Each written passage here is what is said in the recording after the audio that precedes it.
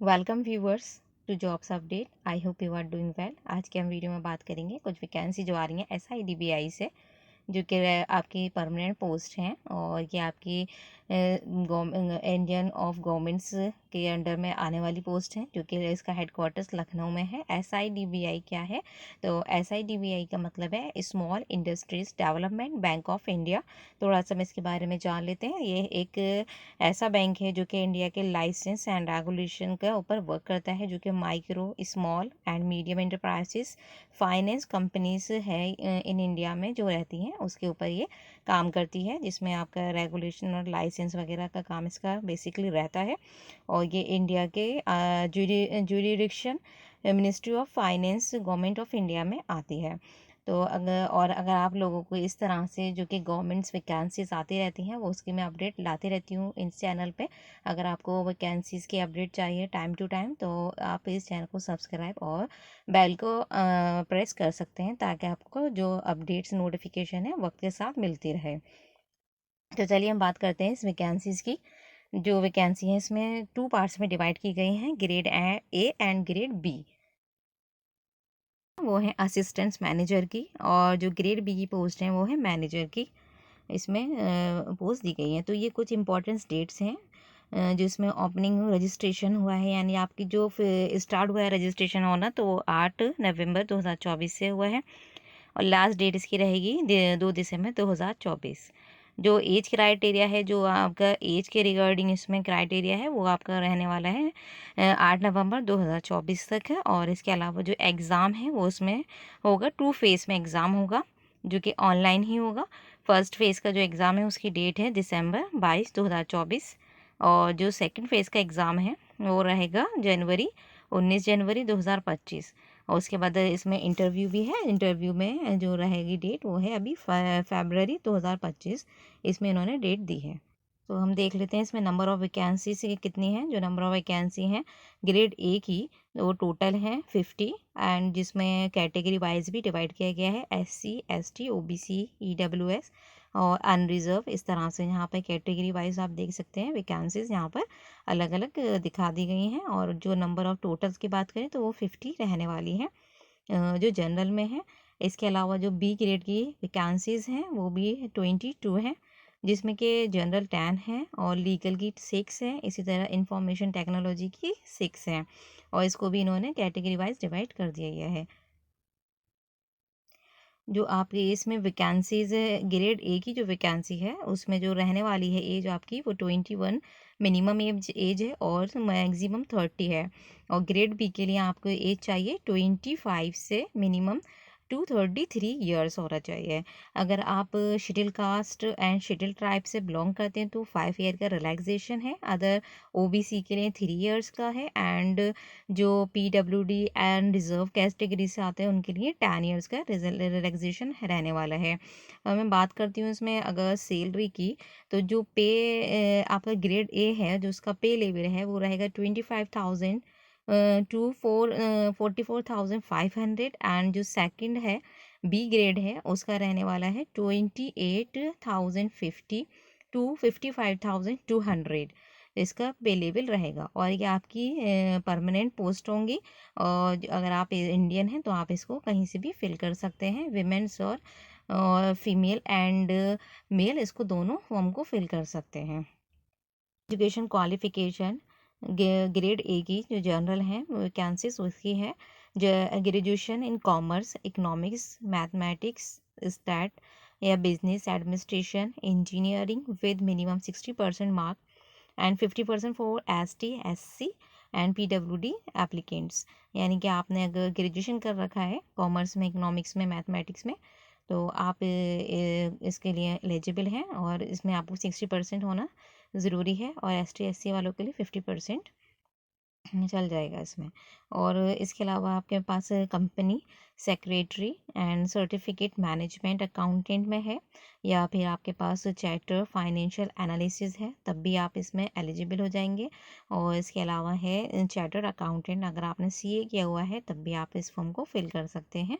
And other qualification में इसमें MBA PGDM in any discipline, this course must be full time of 2 years, यानी आपका 2 साल का रेगुलर कोर्स होना चाहिए और किसी अच्छी यूनिवर्सिटी जो कि रिकॉग्नाइज हो, मतलब गवर्नमेंट से। और इसके अलावा जो इसमें एक्सपीरियंस मांगा गया है वो 2 ईयर का आपके पास एक्सपीरियंस होना ज़रूरी है। और इसके 2 year experience in credit dispensation in the area of MSME, corporate and lending to trading and small commercial loan etcetera. Experience pertaining to the personal loan, educational loan, vehicles loan, housing loan and would not be considered as an officer permanent in, यानी and then हम बात करते हैं other qualification जो कि हमारे grade B जो कि मैनेजर की पोस्ट के लिए हैं ग्रेड बी में। उसमें आपको जो ग्रेजुएशन है इसमें एनी डिसिप्लिन में, यानी इसमें आपने किसी भी डिसिप्लिन में ग्रेजुएशन कर रखा है तो आप इस फॉर्म को फिल कर सकते हैं। आपके पास 60% होनी चाहिए परसेंटेज, एंड जो अगर ST SC से हैं तो आपके पास 50% परसेंटेज चल जाएगी। इसके अलावा पोस्ट ग्रेजुएट एनी डिसिप्लिन, यानी आपके पास किसी भी कोर्स किसी भी डिसिप्लिन में किसी भी सब्जेक्ट में आपने पोस्ट ग्रेजुएशन कर रखा है तब भी आप इस फॉर्म को फिल कर सकते हैं। बट यहाँ पर आपका जो मांगा गया है एक्सपीरियंस वो यहाँ ज़्यादा मांगा गया है। जो एसेंशियल है वो है at least 5 year experience as a officer permanent, यानी आपके पास 5 साल का एक्सपीरियंस होना ज़रूरी है एज ऑफिसर परमानेंट। और reserve bank of India and securities and exchange board of India. इसके अलावा all India financial institution, export import bank of India में आपका अगर एक्सपीरियंस है वो भी चल जाएगा।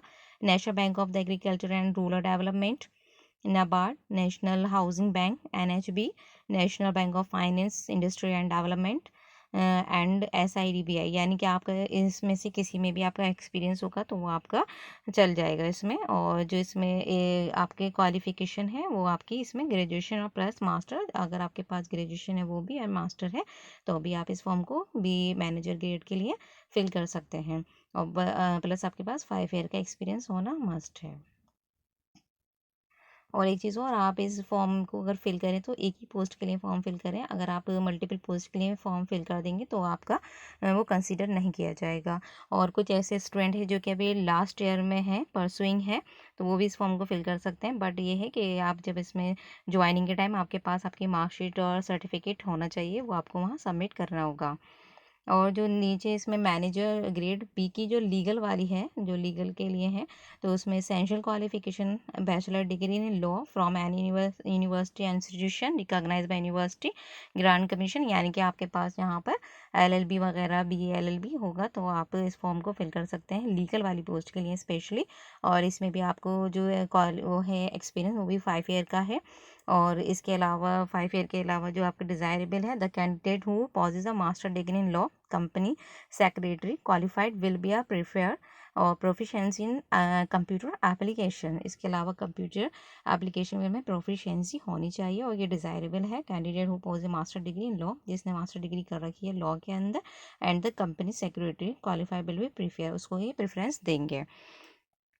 अब हम बात करते हैं मैनेजर ग्रेड बी के जो IT वाली है। IT में जो क्वालिफिकेशन मांगी गई है वो है essential bachelor degree in engineering technology, computer science, computer technology, information technology, electronics and communication from university institute recognised by university grant commission, यानी आपके पास अगर कंप्यूटर साइंस में इंजीनियरिंग है, बैचलर डिग्री है तो आप इसको फिल कर सकते हैं। इसके अलावा MCA फ्रॉम यानी रिकॉग्नाइज यूनिवर्सिटी से आपने कोई MCA कर रखा है तो 60% आपका मार्क्स परसेंटेज होने चाहिए। इसके अलावा आप अगर 55% ST SC से बिलोंग करते हैं तब भी आप इस फॉर्म को फिल कर सकते हैं। डिज़ायरेबल में इन्होंने दिया है the candidate who possesses following relative industries certification it will be prefer. अगर आपने इसके अलावा AIML डेटा साइंस में कोई सर्टिफिकेशन कोर्स कर रखा है तो वो इसको प्रेफरेंस देंगे ऐसे कैंडिडेट को। इसके अलावा फुल स्टैक एप्लीकेशन डेवलपमेंट में है या सर्टिफिकेशन CISSP CISM CEH और इक्विवेलेंट आपने ऐसा कुछ कर रखा है तो आपको ये इसमें प्रेफरेंस मिल जाएगी। ITIL and foundation certificate IT service management. और इसमें भी इन्होंने जो एक्सपीरियंस की मांगा है, जो एक्सपीरियंस मांगा है वो भी इन्होंने एटलीस्ट 5 ईयर का एक्सपीरियंस होना चाहिए। इंफॉर्मेशन टेक्नोलॉजी यानी IT system officer permanent on full time direct contract not outsource in. तो इसमें भी 5 ईयर का आपके पास एक्सपीरियंस होना चाहिए, और जिसमें आपका all India financial institute export import bank में आपका अगर एक्सपीरियंस है वो भी NHB में है वो, या NABARD में है वो भी इसमें कंसिडर किया जाएगा। इसमें इन्होंने जॉब प्रोफाइल भी बताई है कि जो असिस्टेंट मैनेजर हैं ग्रेड ए वाले, तो उनकी क्या प्रोफाइल रहेगी, जैसे कि जो उसमें क्या वर्क उनका रहने वाला है। The officers expected to contribute proactivity in followings broad area of operation of the bank. Business development है, appraisal of MSME, credit proposal, sections disbursements, customer management, credit monitoring follow up, ये आप देख सकते हैं। इन्होंने ये पोस्ट वाइज जो जो उनके प्रोफाइल है वो बता दी है। इसी तरह से मैनेजर है ग्रेड बी की जो जनरल है उनके लिए भी ये है। यहाँ पर उनका जो जो वर्क रहने वाला है वो यहाँ बता दिया गया है। लीगल के लिए भी बता दिया है, आप इसको देख सकते हैं। तो अब बात करते हैं हम इसके सिलेक्शन प्रोसेस में। जो टू फेज़ एग्ज़ाम होगा, तो उसमें जो फर्स्ट फेज़ वाला एग्ज़ाम है, फर्स्ट पेपर उसमें जो आएगा वो सबके लिए सेम होगा, चाहे आपने किसी भी स्ट्रीम से इसको फॉर्म को फिल किया है, चाहे जनरल वाले हों चाहे स्पेशल किसी स्ट्रीम वाले, सबका पेपर फर्स्ट सेम रहेगा। तो जो पेपर आएगा वो आएगा आपका 200 मार्क्स का, और 200 ही इसमें क्वेश्चंस होंगे। करने के लिए आपको 120 मिनट्स मिलेंगे। और जो पेपर होगा वो बिलिंगुअल होगा, यानी इंग्लिश और हिंदी दोनों में पेपर होगा। और इसमें आपका निगेटिव मार्किंग भी रहने वाला है 0.25 का। और इसके अलावा ये जो पेपर है पूरा ऑब्जेक्टिव टाइप होगा। जो इसमें सब्जेक्ट्स मेंशन है वो ये हैं, इंग्लिश लैंग्वेज है, रीजनिंग है, एप्टीट्यूड, क्वांटिटेटिव एप्टीट्यूड है, computer knowledge and general awareness with special reference to banking and financial sector and economics and social issues. इसके अलावा MSME policies, regulatories and legal framework, finance and management with focus on MSME and stream specific test, उसका थोड़ा सा उसमें वो भी questions इसमें आएंगे। और इसके साथ आपका जो फेज़ 1 में एक तो जनरल होगा, इसके अलावा ये दूसरा टेस्ट रहेगा जो कि आपका जो भी आपने स्पेशल जी उसमें दिया होगा, अगर लीगल से हैं या IT से हैं या जर्नल हैं, तो उसका आपका सबका अलग अलग पेपर आएगा। जो कि नेम ऑफ टेस्ट ये रहेगा आपका। जो इन्होंने सिलेबस दे रखा है आप दे सकते हैं कि आप अपने अपने जो आपके डिसिप्लिन है उसके अकॉर्डिंग आपसे क्वेश्चंस किए जाएंगे, पूछे जाएंगे। तो ये उसके अकॉर्डिंग आपको सिलेबस दे रखा है, आप देख सकते हैं।